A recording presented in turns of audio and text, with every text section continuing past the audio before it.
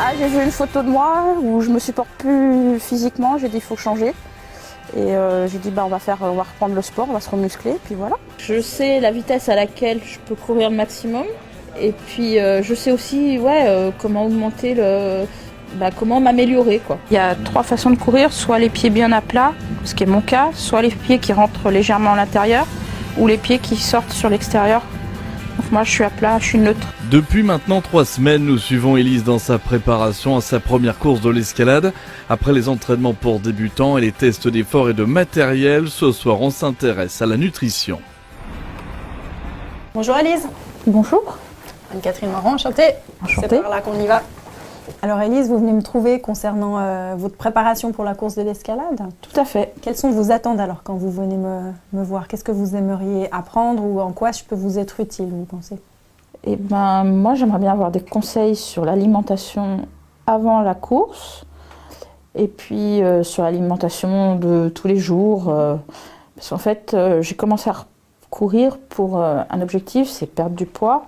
Et en fait, la course de l'escalade est mon premier défi. Excellent, c'est un bel objectif. Ouais. Quels sont les conseils que vous pouvez m'apporter concernant l'alimentation pour la course de l'escalade? Alors la course de l'escalade, c'est une course qui se vit généralement assez intensément. Ou des fois, même si on se dit qu'on ne va pas aller à fond tout de suite, on se fait des fois prendre un peu par l'énergie qu'il y a. Et c'est une course qui est assez courte. Donc c'est une course qui requiert pas mal d'énergie intense. Et cette énergie, on la prend dans notre alimentation, surtout à partir des sucres que l'on mange. Alors les sucres, il y en a de différentes sortes. Mais le sucre qui est le plus important pour un effort, tel que la course à pied, c'est le sucre qu'on va avoir dans les féculents. Les pâtes, le riz, le pain, les pommes de terre. C'est pour ça que souvent on entend dire il faut manger des pâtes avant d'aller faire du sport. Alors c'est pas tout à fait faux, c'est pas tout à fait juste.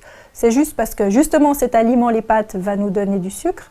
Mais si on veut, on peut tout à fait, si on aime bien cet aliment, manger ça. Mais des fois la course de l'escalade a des heures de départ qui sont pas tout à fait compatibles avec un plat de pâtes au niveau horaire. Oui, je pars à 16h55. Est-ce que vous connaissez 16h55. 16h55. Non, alors 16h55, c'est assez bien, c'est un bon horaire justement pour pouvoir se faire plaisir avec un plat de pâtes. Mais il faut savoir aussi qu'on peut manger tout aussi bien un risotto ou des pommes de terre parce que l'un ou l'autre de ces aliments-là aura la même source de sucre. Donc, pour faire simple, si vous courez vers 17h, vous pouvez manger vers midi, midi et demi, un plat de pâtes, toute simple. Il faut éviter les sauces qui sont riches. Donc plutôt simple ou une légère sauce tomate et éventuellement avec un petit blanc de poulet ou une tranche de jambon ou un peu de fromage râpé dessus. Et ça sera le repas le plus sûr, le plus simple et le plus rapide. Vous me dites qu'il faut manger des pâtes avant la course. Ça, c'est le repas juste avant la course. Mais est-ce que quelques jours avant, il faut que je fasse une cure de pâtes? Non, pour une course comme celle de l'escalade, il n'y a pas besoin pendant les 3 jours avant de faire une cure de pâtes. Ça, c'est plutôt sur des courses de longue distance, semi-marathon, voire marathon, très globalement. Pour une course d'escalade, ce n'est pas nécessaire. Par contre, vous gardez votre alimentation habituelle.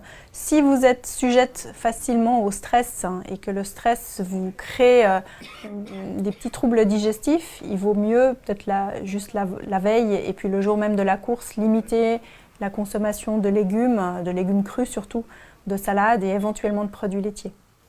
On entend dire aussi qu'il faut beaucoup boire. Est-ce qu'il faut que je boive plus avant, pendant, après?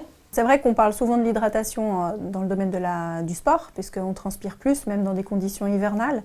Mais pour une course comme celle de la distance de l'escalade, ce n'est pas nécessaire de beaucoup plus s'hydrater que d'habitude. Peut-être veiller juste à ne pas oublier de boire pendant la journée qui précède la course.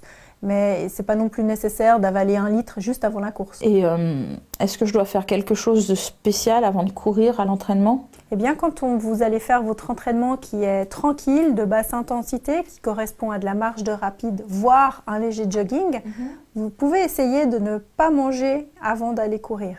C'est-à-dire, vous mangez votre repas du midi et vous y allez à la fin de votre travail sans prendre de collation auparavant pour habituer votre organisme à mieux brûler les graisses et ainsi favoriser la perte de poids. Donc je suis contente parce que j'ai eu plein de conseils concernant l'alimentation de tous les jours et pour la préparation de la course de l'escalade. Et puis je suis contente aussi parce que avec toute cette aventure, je connais maintenant mes limites et les points qu'il faut que j'améliore. Et puis maintenant, je pense que je suis prête pour faire la course de l'escalade.